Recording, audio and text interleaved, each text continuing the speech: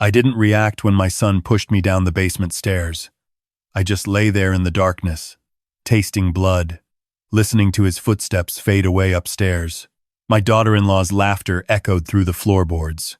"Maybe now he'll finally get the message," she said. I was 67 years old. My hip screamed. My wrist was definitely broken, but I didn't call out. I didn't bang on the door. I just pulled out my phone with my good hand and made one call. 3 words. That's all I said. "It's time, Marcus." Then I waited in the dark. You're probably wondering how I ended up here, lying at the bottom of my own basement stairs while my son and his wife laughed about it upstairs. Let me back up. My name is Vincent Caruso. For the last 15 years, I've been what you might call retired. I live in a modest house in Cleveland, spend my days reading, going to the gym, visiting my late wife's grave every Sunday. I'm the quiet old man at the corner table in the diner, the one who tips well and never causes trouble. But that wasn't always who I was. My son, Anthony, never knew what I did before he was born. His mother, my beloved Marie, she knew. She's the one who made me promise to leave that life behind when Anthony came into the world. And I did. I walked away clean, changed my name, moved cities, started fresh. For 35 years, I was just Vincent Caruso, devoted husband and father. Nobody from my old life knew where I was. That was the deal. Marie died 3 years ago. Cancer. It took her fast. Anthony grieved for maybe a month before his wife, Brittany, started talking about moving in with me. "You're all alone now, Dad," he said. "We can take care of you. And honestly, our apartment is too small. Now that Brittany's pregnant, I should have seen it then. But I was lonely. I missed Marie. I wanted family around. That was my first mistake." They moved in within 2 months. At first, it was fine. I gave them the master bedroom, took the smaller room upstairs. Brittany was sweet at first, always asking if I needed anything. Anthony seemed happy to have his childhood home back. Then the baby came, little Michael, and everything changed. "Dad, can you keep it down? The baby's sleeping. Dad, we need to use your car today. Ours is acting up again. Dad, Brittany's mother is coming to stay for a few weeks. Would you mind sleeping in the basement?" Each request got bigger, each demand more entitled, and I went along with it because they were family, because I didn't want to cause problems, because I thought this was what being a grandfather meant, making sacrifices. 6 months ago, I noticed something odd. Mail coming to the house addressed to companies I'd never heard of. Anthony being secretive with his laptop. Brittany suddenly wearing expensive jewelry. I'm old, but I'm not senile. I started paying attention. That's when I found the documents in Anthony's desk drawer. See, Brittany had gone out shopping, Anthony was at work, and I was watching baby Michael. The desk was right there in what used to be my study, and the drawer was slightly open. Inside, I found a quitclaim deed.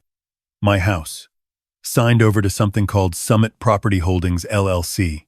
My signature on the bottom, except I never signed it. I stood there, holding that paper, and something cold settled in my chest. My son had forged my signature. My house, the house I'd bought with cash 40 years ago, the house where I'd raised him, where Marie had died, he was stealing it from me. I kept looking, found more documents. A reverse mortgage application, also forged. They'd borrowed against my house, $340,000. The lender wasn't a bank. The lender was a company called Apex Capital Solutions. I knew that name, or rather, I knew who really owned it. See, in my old life, before I was Vincent Caruso, I did work for certain people. People who don't advertise in the yellow pages.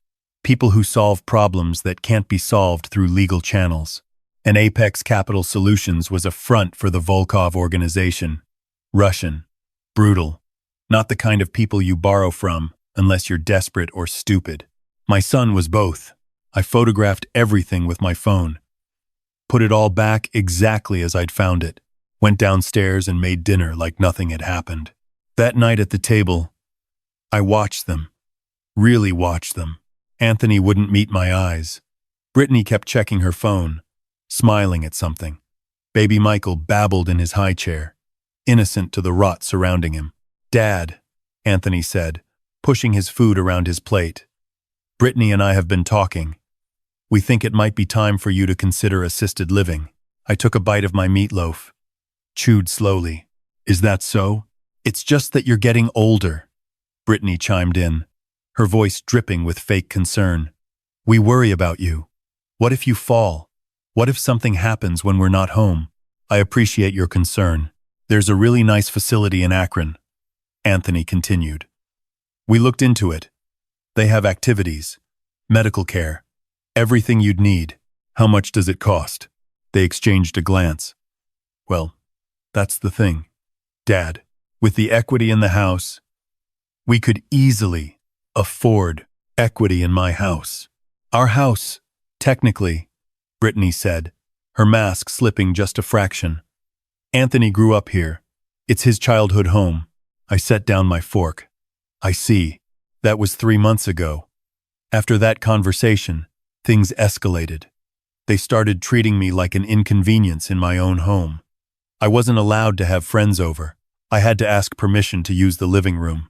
Brittany complained about everything: the way I breathed too loud, the way I took too long in the bathroom, the way I existed in spaces she wanted. Anthony started staying out late, coming home drunk, getting aggressive. 2 weeks ago, he shoved me into a wall because I accidentally woke the baby, left a bruise on my shoulder the size of a grapefruit. Last week, Brittany accidentally served me food she knew I was allergic to. I spent the night in the emergency room. She apologized, said she forgot, but I saw the look in her eyes. They wanted me gone. Not just out of the house. Gone. And that brings us to tonight. Dinner was tense. I'd made pot roast, Marie's recipe. It was Sunday, which meant it had been exactly 3 years since she'd passed. I'd gone to her grave that morning like always, told her I was sorry. Sorry I'd let our son become this.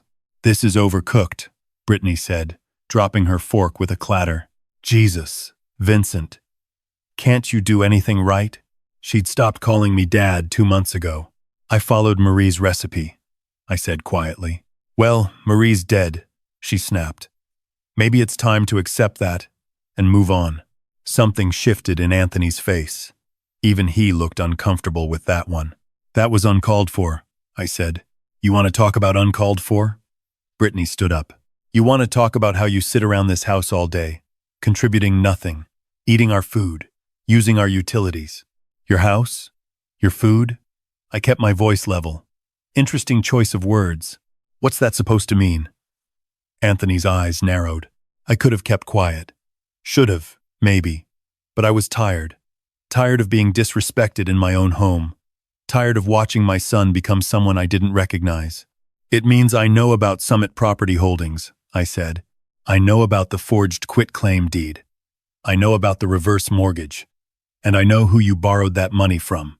The color drained from Anthony's face. Brittany recovered faster. "You went through our things?" "My things. In my house.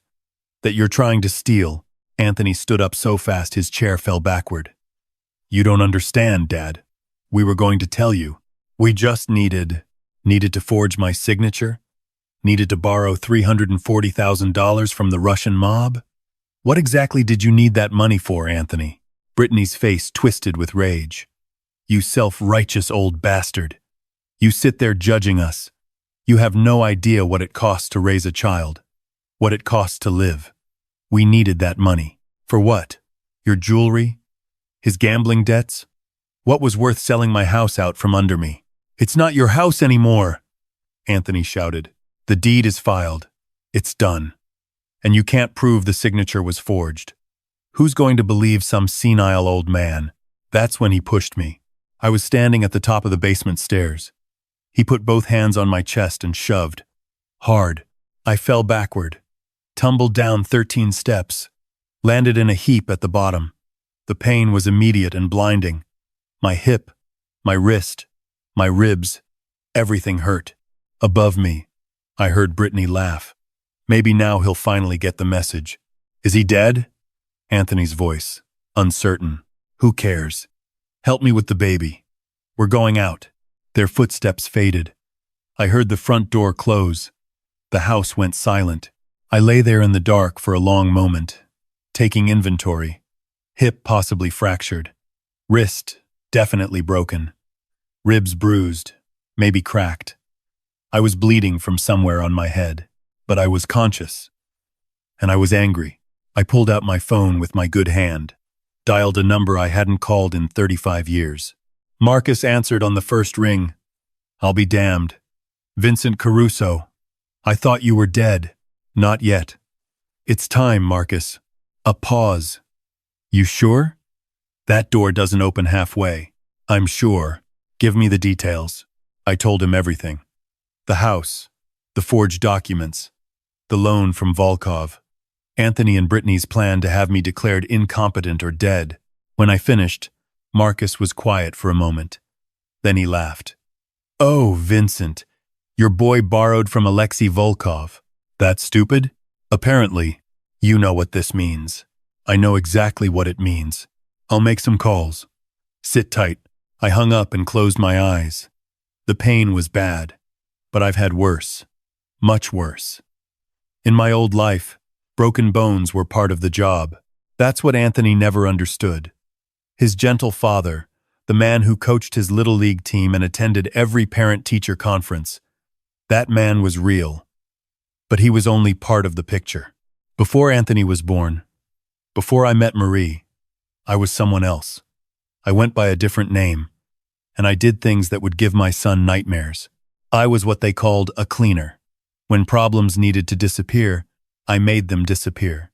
I worked for the DeMarco family out of Newark, 20 years. Never caught, never questioned, never traced. I was a ghost. But then I met Marie, and she gave me an ultimatum. The life, or her. I chose her. DeMarco let me go because I'd been loyal, because I'd made him a lot of money, and because he respected a man who'd walk away for love.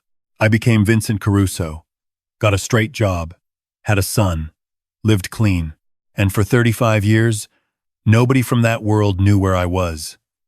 Nobody except Marcus. Marcus was my partner back then, the only person from that life I trusted completely. When I left, he stayed, rose through the ranks. Last I heard, he was running most of DeMarco's East Coast operations. I'd called in a favor that had been sitting there for 35 years. Now I just had to wait. I must have passed out from the pain because the next thing I knew, light was streaming through the basement window. Morning. I tried to move and immediately regretted it. My phone showed 6 missed calls from Anthony.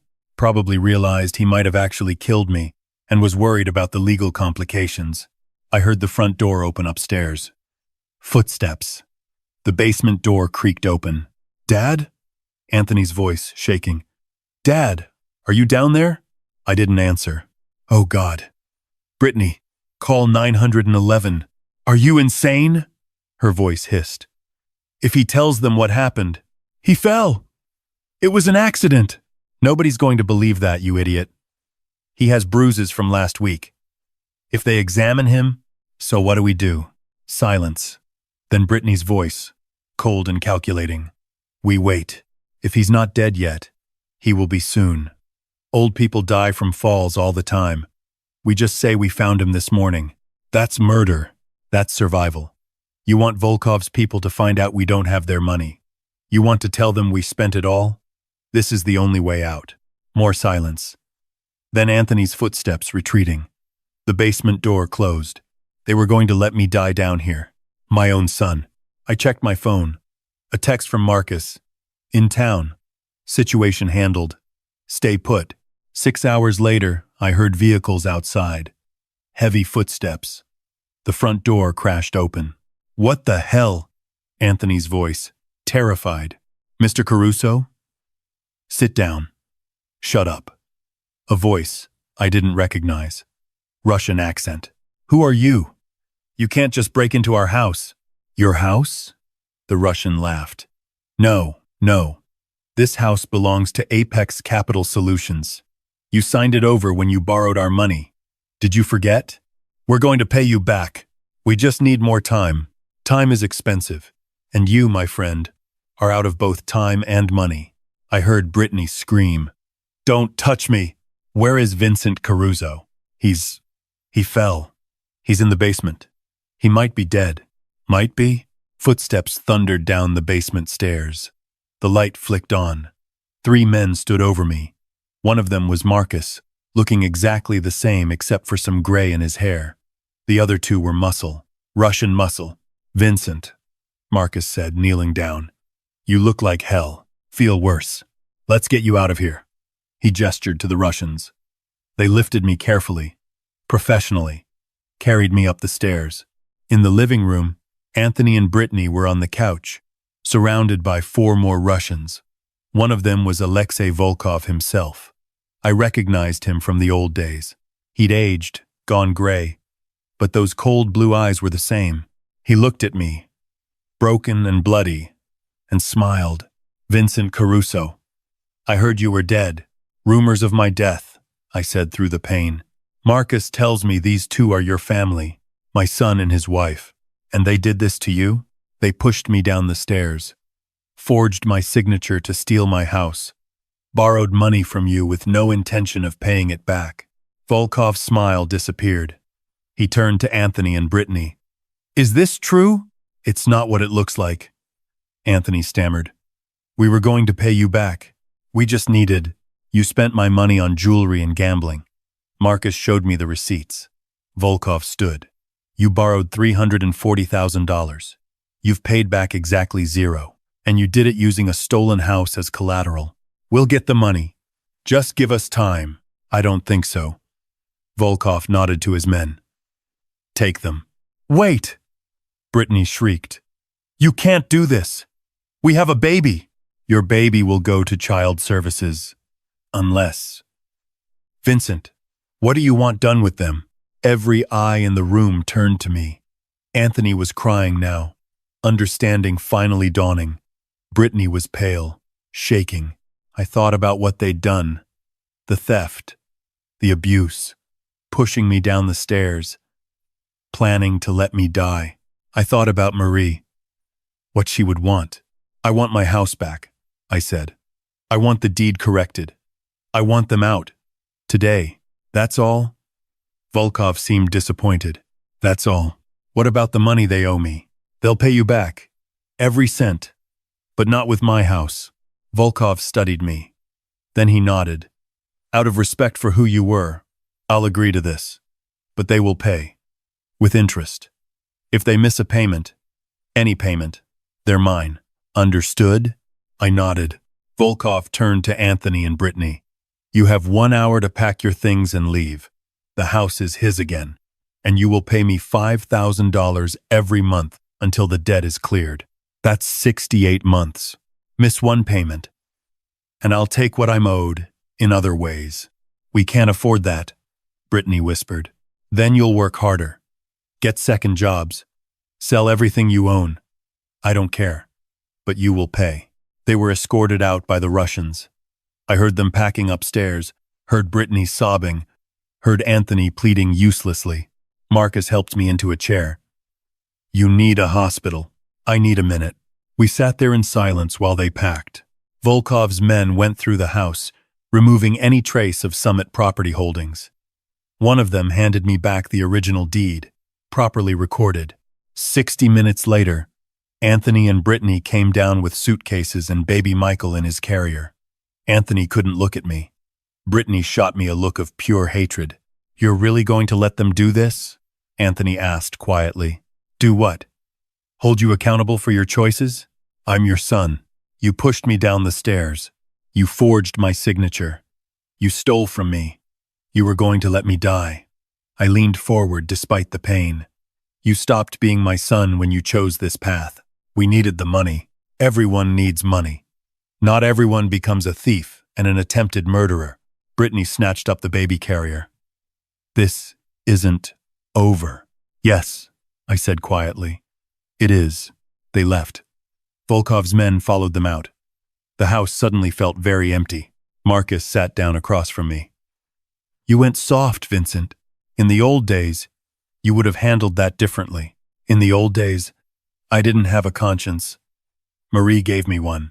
You know they'll tell people about what happened here. Let them. Who's going to believe them? A couple of deadbeats who forged legal documents and borrowed from the Russian mob? They'll sound insane. Marcus smiled. You're still sharp. I'm glad you called me. I'm glad you answered. I owed you. That job in '88, you took the heat from me. Did 6 months because of it. We're square now. We're square. He stood. Get to a hospital. And Vincent? Stay retired. The world's different now. Messier. You wouldn't like it. I don't plan on coming back. This was a one-time thing. Good. He headed for the door, then paused. Your son. You think he'll learn? I don't know. But that's not my problem anymore. After Marcus left, I sat in my quiet house. My hip was screaming. My wrist was definitely broken. I probably had a concussion. But I was home. Really home. For the first time in 2 years. I pulled out my phone and called an ambulance. At the hospital, they x-rayed everything. Fractured hip, broken wrist, 3 cracked ribs, minor concussion. The doctor asked what happened. I fell down the stairs, I said. Someone should stay with you. Do you have family? No, I said. No family. They kept me for 3 days. When I got home, the house was clean. Someone had been through. Removed all traces of Anthony and Brittany, even repainted the scuff marks on the wall. There was a note on the kitchen table in Marcus's handwriting. The nursery furniture is in storage. When you're ready, give it to someone who deserves it. M. I stood in the empty nursery, leaning on my cane. This was supposed to be Michael's room, my grandson's room, but that child was growing up with parents who stole, who lied, who pushed an old man down the stairs. Maybe he'd turn out different. Maybe the struggle of paying back Volkov would teach them something. Or maybe he'd turn out just like them. Either way, it wasn't my responsibility anymore. I sold the nursery furniture to a young couple down the street. Used the money to buy flowers for Marie's grave. I broke my promise. I told her headstone. I used the old connections. But it was necessary. I hope you understand. The wind rustled the trees. I chose to believe. That was her answer. That was 6 months ago. Anthony and Brittany have been making their payments to Volkov. I know because Marcus sends me updates. They're working multiple jobs, living in a small apartment, struggling, but they're paying. They haven't tried to contact me. I haven't tried to contact them. Sometimes I wonder if I should have done something different. Been softer, more forgiving. But then I touch my hip, feel the permanent ache there, and I remember lying at the bottom of those stairs, listening to them laugh, listening to them plan to let me die. No, I did exactly what needed to be done. I'm 78 now. I've lived a long life, done terrible things and wonderful things. I raised a son who became a stranger. I loved a woman who saved me from myself. And I learned that sometimes the quietest men are the ones you should fear most. Because we're quiet for a reason. We're quiet because we know what we're capable of. Last week, I ran into Brittany at the grocery store. She saw me, froze, then turned and walked the other way. Her cart was full of generic brands, cheap cuts of meat. She looked tired, older. I didn't feel satisfaction. I didn't feel vindication. I felt nothing. And that, more than anything, told me I'd made the right choice. Some people think family means unconditional forgiveness. That blood should excuse any betrayal. Those people have never been pushed down the stairs by their own child. I live alone now. My house is mine again. I have my routines, my quiet life. I visit Marie every Sunday and tell her about my week.